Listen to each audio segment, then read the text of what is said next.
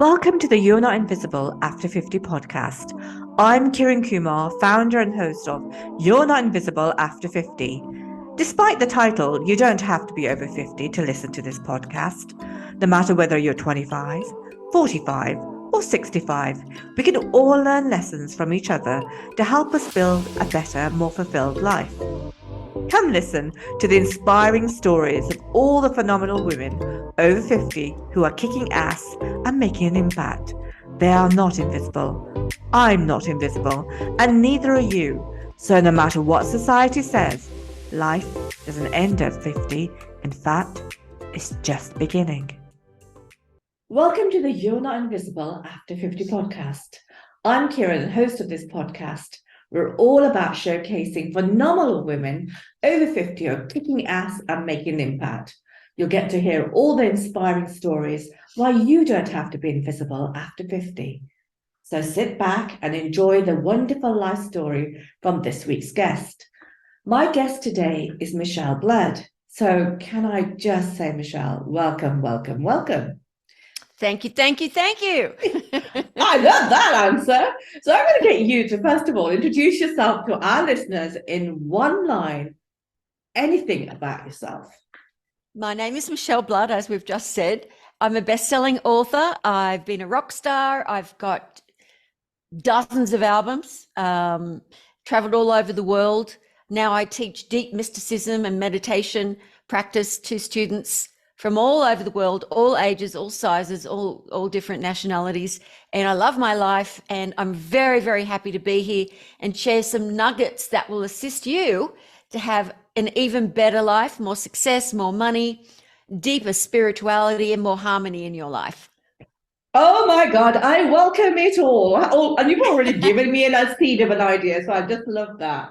So we can talk about all of that, obviously. So let's start with so in this podcast, we'll cover your life story, obviously, the past, the present.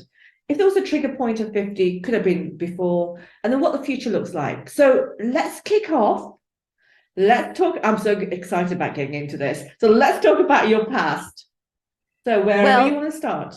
I'm obviously Australian. G'day, everyone. And I was singing since the age of 5 on TV. I eventually became very successful with one of my rock bands. We made music videos. We toured all over the country at one stage non-stop for 7 years. We did a lot of gigs, support act with the Pretenders, In Excess, Midnight Oil, you name it, Georgia Satellites, just many, many different bands that would come to Australia as well. And then eventually we just ended up headlining all the time because we had thousands of people coming to our gigs. So I was living a very tough life, because to be the lead singer, the manager of the band, and to get the record labels and everything that I had to do, it was like very, very hard work, getting the right musicians, making sure they weren't on drugs or drunk. They'd be fired otherwise.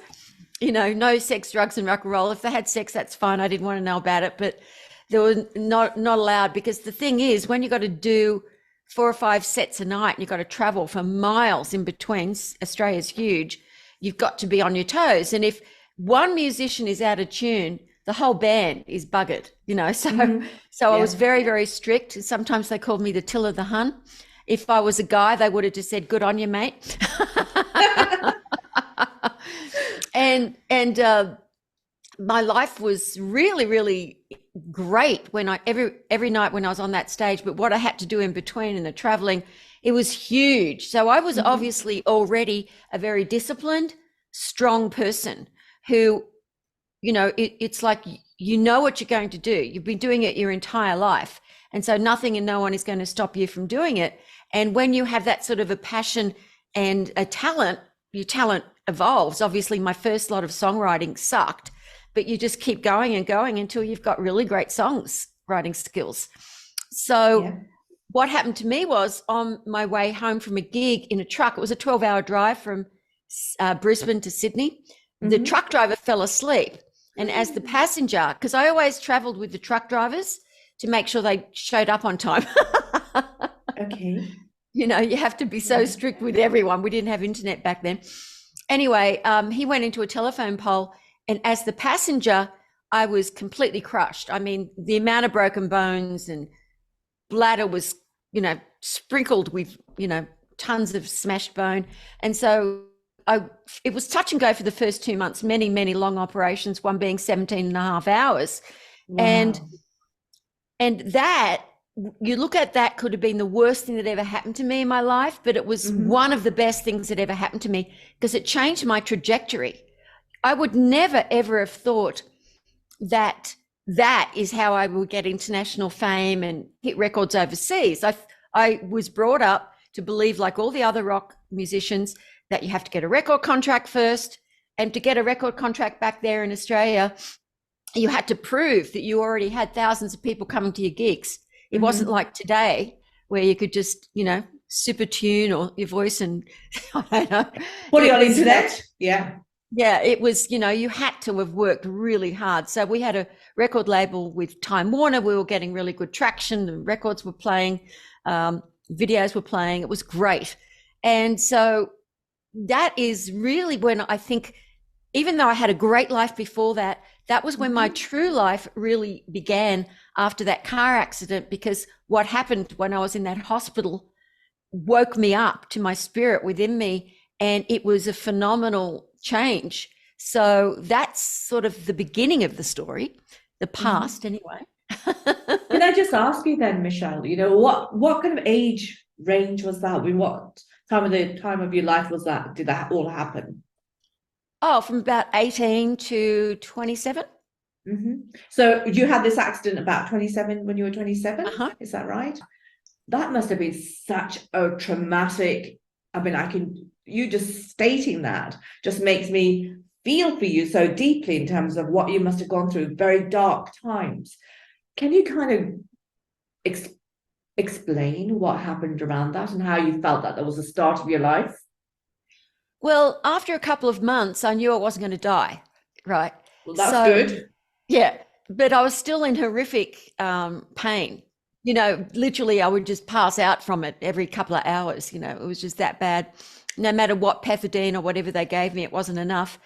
So anyway, what happened was people were giving me different cassettes and things to listen to. That's how long ago it was, cassettes, huh? Anyway, and I always had this little cassette player with me because I would, always have it with me to write down any song idea when it came in, so I wouldn't lose it. So I was listening to Think and Grow Rich by Napoleon Hill, and I was like, what in the hell? Literally, what in the hell is someone wanting me to listen to a book about entrepreneurs, male entrepreneurs in the 20s in America? I couldn't give a bugger about that. Especially when you're lying in a hospital bed. Yeah, and I couldn't turn it off. I couldn't reach it. And it was very frustrating, but I'm so glad it kept going, because it got to a chapter about Napoleon Hill having a little baby boy, and his little infant son was born completely deaf. And so what he did, he called it auto-suggestion. These days we're very cool and groovy. We call it affirmations. He would go into his little son's room, and where his ears were supposed to be, he didn't even have properly formed ears, he would say, "You are strong. You are my son. You hear perfectly." All of these affirmations over and over and over again. By the time he was 3, he had 30% of his hearing, which was impossible. And you know what it's like, Kiran, when there's something within you that just goes, oh, people call it an aha. I call it a satori. You have a knowingness in the marrow of your bones that that what you've just read or heard is true. So I believed it. 100% I believed it. My intuition was always very, very strong, and I knew I had a strong mind and I could do that.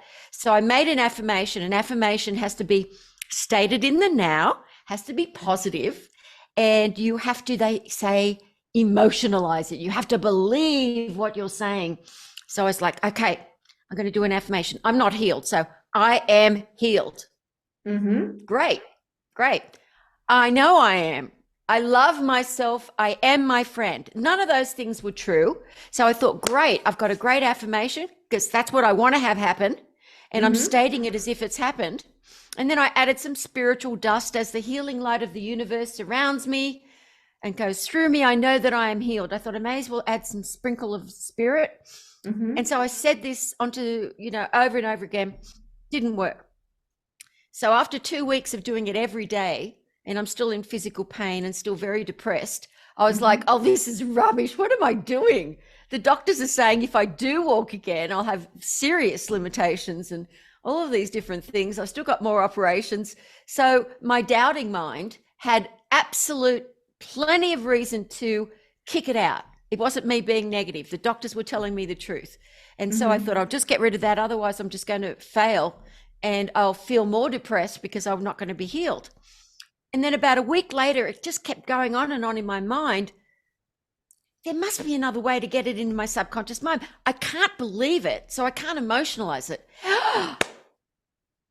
You're a singer-songwriter, Michelle. Duh. Sing it. Sing it. I am healed. I know I am. I love myself. I am my friend. As the healing light of the universe surrounds me and goes through me, I am healed. I know I am. I love myself. I am my friend. I sang it until the cassette was full. I listened to it every day. I won't go too much into, because there's more of my story, but that is the beginning. Affirmations with music. And I would never have known that little affirmation song would take me on to work in countries all over the world and have audiences up to 50,000 people in Asia. So, I mean, that's a pretty good beginning. I think that's a brilliant beginning. And I absolutely, Michelle, just love your voice. Oh, well, thank you. And I can just see and I can feel the power in what you're doing. And so can millions of other people as well. So thank you for that. So let's carry on. Let's carry on with the story. Well, after I got out of the hospital, I went to a recording studio, got a couple of my band members, and I wrote tons of different affirmation songs on all the different areas for the band, just for us to listen to. I said, this stuff works, guys. We've got to listen to this. Let's write these affirmation songs. And so they weren't really into it, but they saw that it had healed me. And they were, and I said, no, we're not going to promote them or record them for other people. Obviously, that's not cool. This is just for us. So I wrote about success. I am love. I'm a magnet to money, prosperity, all of these different songs for our subconscious mind. But then what happened was some journalists in Australia found out about my healing. Newspapers, rock magazines, all these different things. And then television, something similar to 60 Minutes in Australia, but not 60 Minutes. It used to be called Real Life. And so then through all that promotion, I thought, well, why not? It's good promotion for the band. That's all I ever think about, promoting the band. PR is everything, isn't it? Yeah, marketing the band. Oh, great. Any opportunity to be interviewed, I would. I mean, I've been interviewed thousands upon thousands of times all over the world. And so I love it because you get to share your message and market what you're doing. Anyway, but what happened was promoters who promoted best-selling authors, motivational speakers, transformational speakers, came to me and they said, we want you to tour up with 𝗙𝗢𝗥𝗡, Wayne Dyer, all of these different people I'd never heard of. And I said, who are they? What do you mean you want me to tour with them? I've got my band. And no. These are best-selling authors from America and different countries. We want you to sing your affirmation, do a little bit about your story and motivate the audience. We'll have the lyrics, the affirmation lyrics up on a big screen.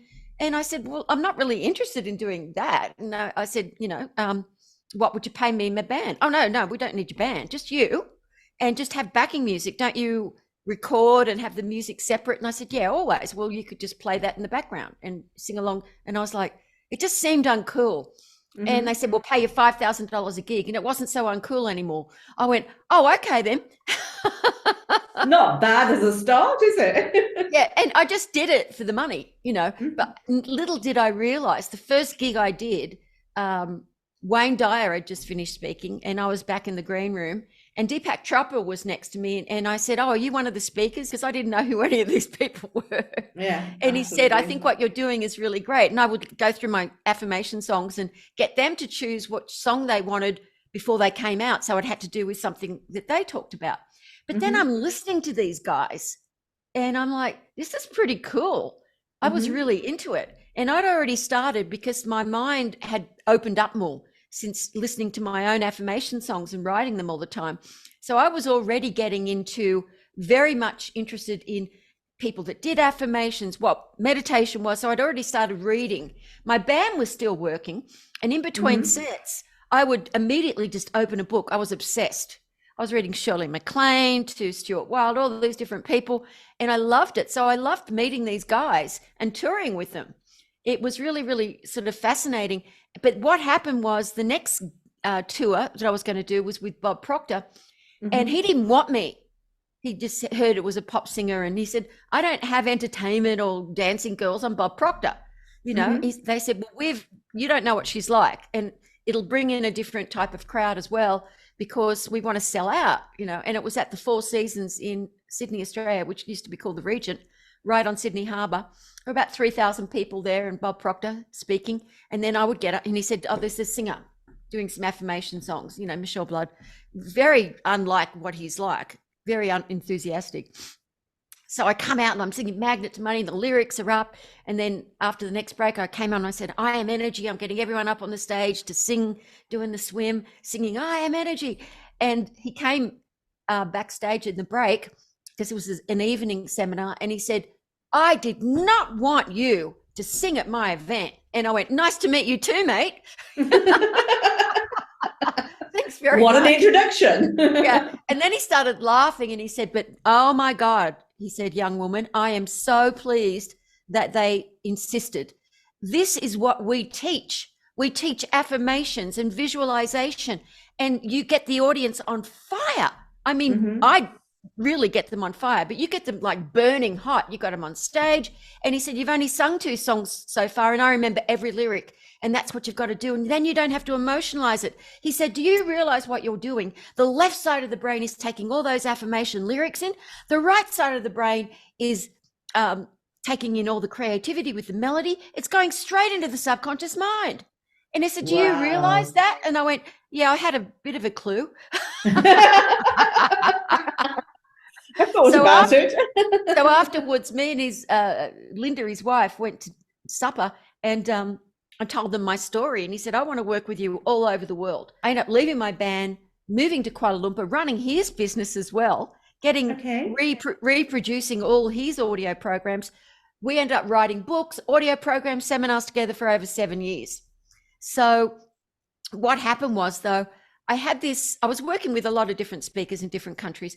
I had this heart glow, and I would say to people, can you feel that heart glow? And I could hear this high pitched humming. And because I was doing so many positive things, and I could not go wrong. I was making money hand over fist. I was doing all these gigs. I was staying at the most beautiful hotels. And I mean, I was used to, as a rock singer, even when we were successful, staying in what we used to call cockroach palaces. So this is definitely a kind of, improvement. Yeah. And so I said to Bob one day, I said, I've got this love for the divine, and I want to find someone who's enlightened. I've been reading Yogananda's book. And he said, oh yeah, that's a great book, Autobiography of a Yogi. And I said, it's just changed me. I just want to go out and find a teacher or something. I don't know what it is. So I looked all over the world for about 14 years for an enlightened teacher. It's very rare for anyone to be enlightened. Eventually, I found an enlightened teacher through my friend, John Endara. And here's this young American woman, and she's on this tiny little stage. There's about 100 people. We just paid $5 to come and hear her speak. She just started teaching. She'd been enlightened for just a couple of years. And I saw light come out of her hands, and I felt my eyes start tearing up, and I could feel these tingles through the top of my brain. And I just knew she was my teacher. I knew she was enlightened. And she eventually, agreed to teach me. And so I went off the grid. I went off Facebook. I went off all social media, everything. And I just studied with her for 10 years, and I eventually became fully enlightened. The only one of her students so far that became fully enlightened. She's retired now, doing other things to bring light into the world. And so that is really the beginning, because that was I became enlightened at 52. that was your trigger point then at 50, 52. So let's talk about that, because that's so fascinating. Well, I was with her from, the age of about just early 40s till she, stopped teaching. And I'd already become enlightened just before she stopped teaching. But I could not have known that a teacher with that sort of clear consciousness, it's not just on and off, just a moment It's here, a on. moment there. It's on all the time, and she's transmitting this light to you all the time, which is why some of Yogananda's students became enlightened, because the teacher's transmitting that light to you. So your Kundalini wants to come up because it's feeling that pull, that Kundalini at the base of the spine, so that the 𝗟𝗓𝗔𝗥𝗡 along the spine, everybody, we've got this ethereal tube called the 𝗟𝗓𝗔𝗥𝗡, and it's blocked. And so it has to become cleared. Anyway, I ended up becoming ordained in Bhutan as a Buddhist monk. All the things that I had learnt along the way, I teach, so I've started something called the mysticalexperience.com, which is like a club where people, rather than paying thousands and thousands of dollars for a success coach who maybe doesn't even know what they're doing, I have these students, and they just pay $50 a month to get all this light transmitted to them, even if they don't want to do meditation practice. Eventually they do, because they feel it and they do want to. I mean, we've got dentists, doctors, musicians, people from all walks of life in over 26 countries. We all come on the big Zoom. I've got this huge screen in front of me. Everyone gets to say good day. We do our affirmations together. We meditate. I transmit light. We tell jokes. People are uplifted. People are making more money than they've ever made before. They're happier. And so my students pretty much stay with me the entire time, because their life improves. And I want them to become enlightened so that they can then pass the light. Yeah. I'm 65. I don't know when I'm going to leave the body. I'm very healthy, but I don't know. And I want someone else to, pass the torch, a lot of them. And so the latest thing that we've done, oh my goodness, Kiran, I just have to tell you, this is one of the most thrilling things at my age, to have an app. And I was looking at these apps, and I was like, we've got to get a positive app with affirmations and meditations and all this sort of stuff. And I was like, we've got to do it. So it took 2 years to develop, and we've just launched it. It's called the Magnet to Money app. The Magnet to Money app. And it is amazing. Magnet2moneyapp.com. And it has the Magnet to Money song. So you've got notifications and reminding yourself. It's got a sleep program where I'm your angel speaking to you all night as you're sleeping, getting you to go into deep states of sleep, bringing your consciousness up into positivity. Tons of affirmations you can listen to while just driving your car.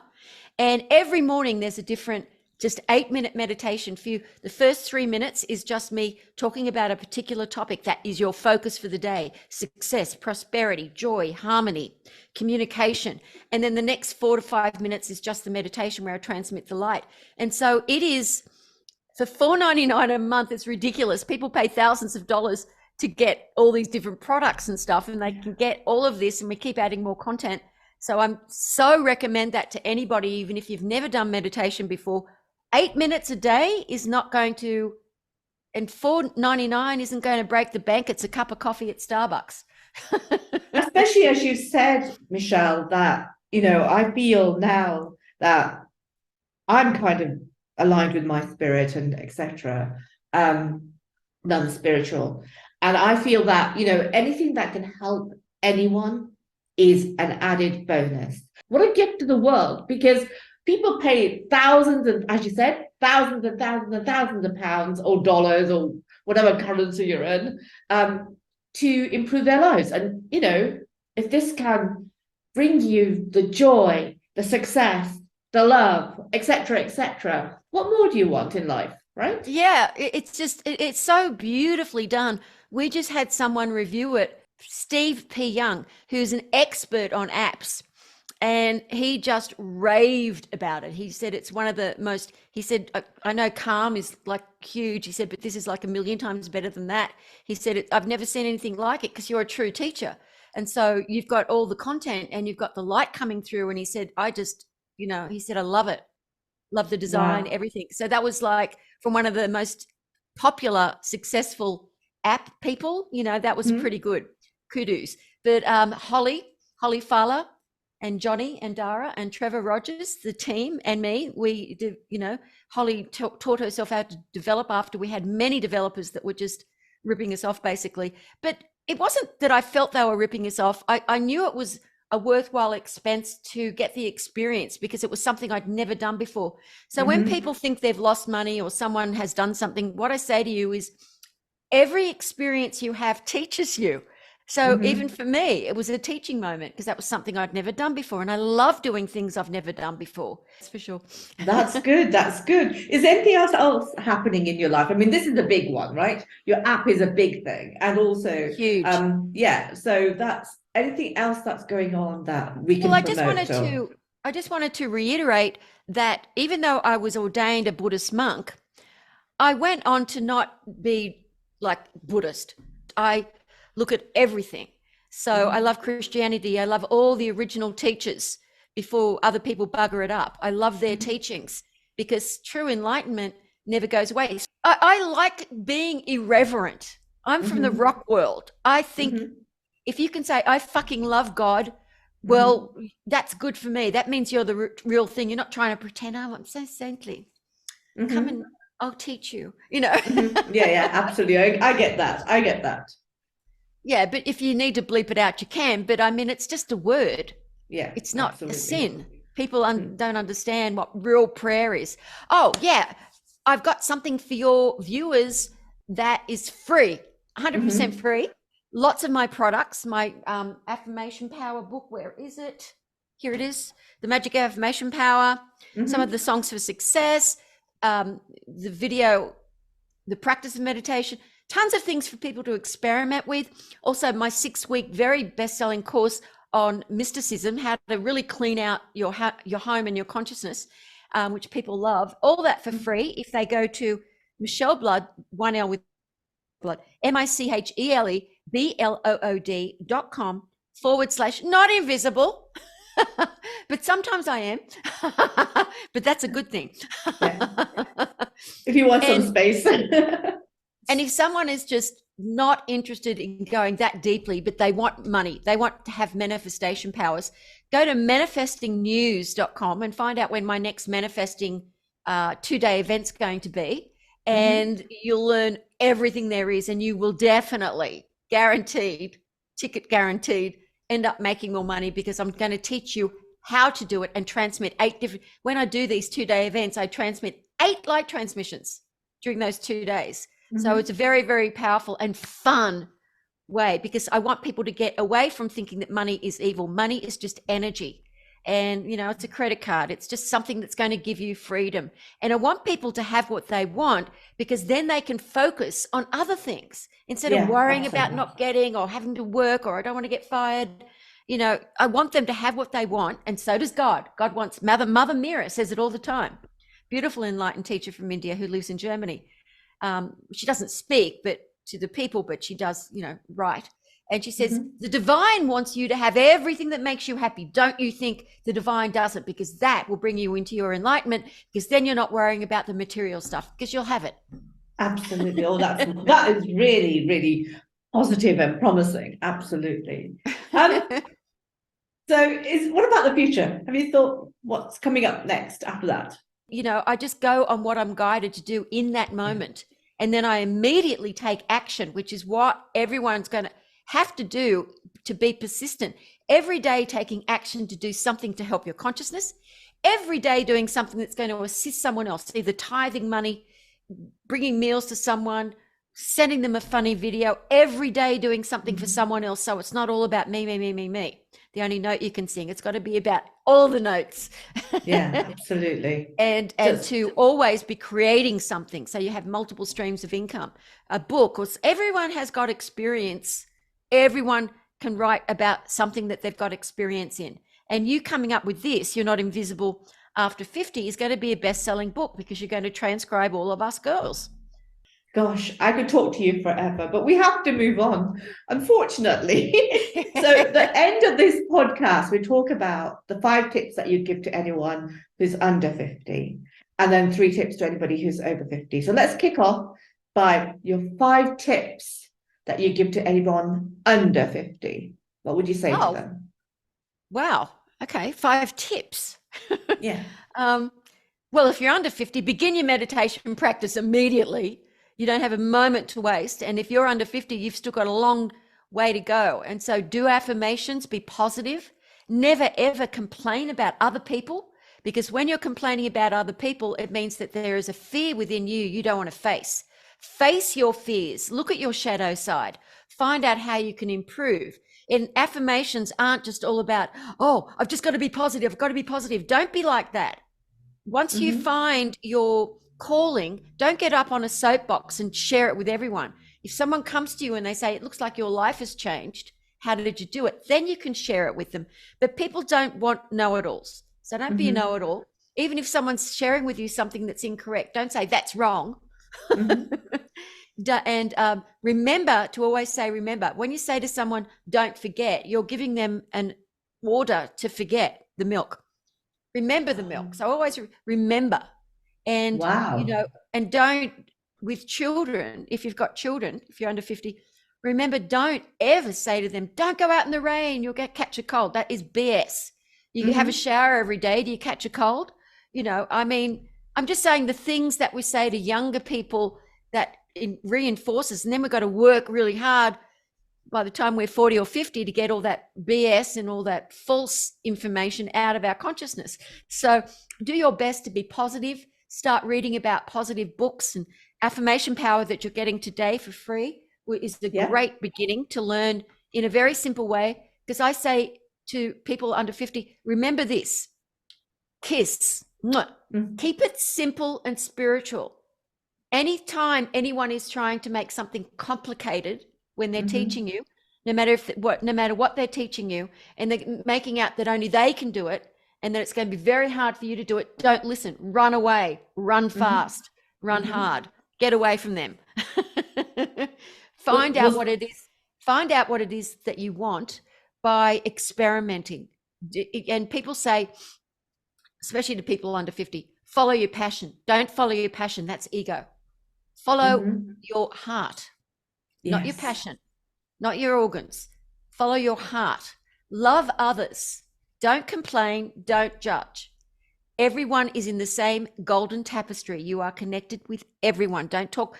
If you ever, particularly ones under 50, if you ever are going to talk behind somebody's back, pretend they're in the room with you. Now, what are you going to say? Yeah, that's an interesting angle, isn't it? Absolutely. And the people after 50, remember, nothing is impossible. I became enlightened at 52. 52. Yeah. I went off the grid for 10 years and studied and studied and studied. Everything is possible for you. And I didn't realize until later in life that your consciousness and your talents become like opera singers. Women opera singers become the best when they're about 50. We have a different type of talent with singing, with doing different things. Women have extraordinary common sense, which isn't so common, and take advantage of the experience that you've had in your life, and don't listen to anybody else. I mean, you're over 50, for God's sake. You're a grown up. You can do what you want. You can do what you want. And if you've got grown up children, let them do what they want. They're a separate soul to you. You just support the people that you love. And if people don't support you, don't tell them what you're doing, particularly if you're over 50. People don't want to know anyway. And you don't want someone saying, oh, you're a bit old to do that, aren't you? It's like this guy that I knew. Okay, he was 55. I know we're talking about women, but he was 55 and he started medical school. He'd retired from his other job. He had a little bit of money, and his wife freaked out. We're not spending our retirement on you going to medical school. It's going to take 6 years. And he said, well, I'll be here in 6 years, but I'll be a doctor. Yeah, absolutely. And so he went on and became a, really great doctor. Another woman I met wanted to play piano. She was in her late 40s at that stage. She'd never played piano. She was an accountant. She hated being an accountant. She's a New Zealander. And I said to her, start taking piano lessons immediately, throw out your TV. And by the time she was 53, she was playing in that same Four Seasons at the Regent Hotel in the lobby, a grand piano as her job. She moved to Sydney. Wow. So, I mean, Interesting. she changed completely. She'd never played a piano, but she had this longing. And when you have this longing from your heart, it's definitely a past life gift. So you've got to be able to, like Mozart, that's why he could do what he did at 3 years of age. We take all of our experiences from each life into the next life. So don't think you have to be stuck in the same job or do the same thing if you're not enjoying it, because that's going to be a killer. What are you dying for? Because whatever you're spending your time on, you're dying for it anyway. Because so really think about that. And I'm not saying just quit your job. She didn't. She played piano every night. She went to a piano teacher twice a week. It took her a few years, but she ended up being a really good piano player and got that job in Sydney. I think that's such a phenomenal ending to such a wonderful podcast. Thank you, Michele. I mean, I could talk to you for hours on end, but thank you for your time. Thank you for the gifts that you're giving out, but not just the free gifts, but also what you're giving out in terms of your knowledge and the light which people need in this world, especially nowadays, especially now where we are in the world. But thank you. It's truly appreciated. Well, you are gorgeous. Oh. You are just gorge. You're beautiful. I love you already. I'm connected with you. I will do anything for you. You just email me if you need anything. Become part of No, you really, your heart and your soul is just glowing. And no wonder I'm loving this. I could talk to you for hours as well. I do have another interview after this though, but otherwise I would just stay on. We'd do one part 2, part 3. So you've just given me the biggest gift, actually. God bless you, gorgeous girl. Thank you. Thank you very much. Thank you for listening to the You Are Not Invisible After 50 podcast. If you want to hear more from some amazing women over 50 who are kicking ass and making impact, then don't forget to subscribe to our podcast, available on Apple Podcasts or Spotify. Remember to rate, comment, and share with other fabulous women. And together, let's change the narrative that you don't have to be invisible, no matter how old you are. Check out our other services on www.you'renotinvisibleafter50.com and follow us on Instagram, Facebook, LinkedIn, and TikTok. And always remember that life doesn't have to end at 50. In fact, it's just beginning.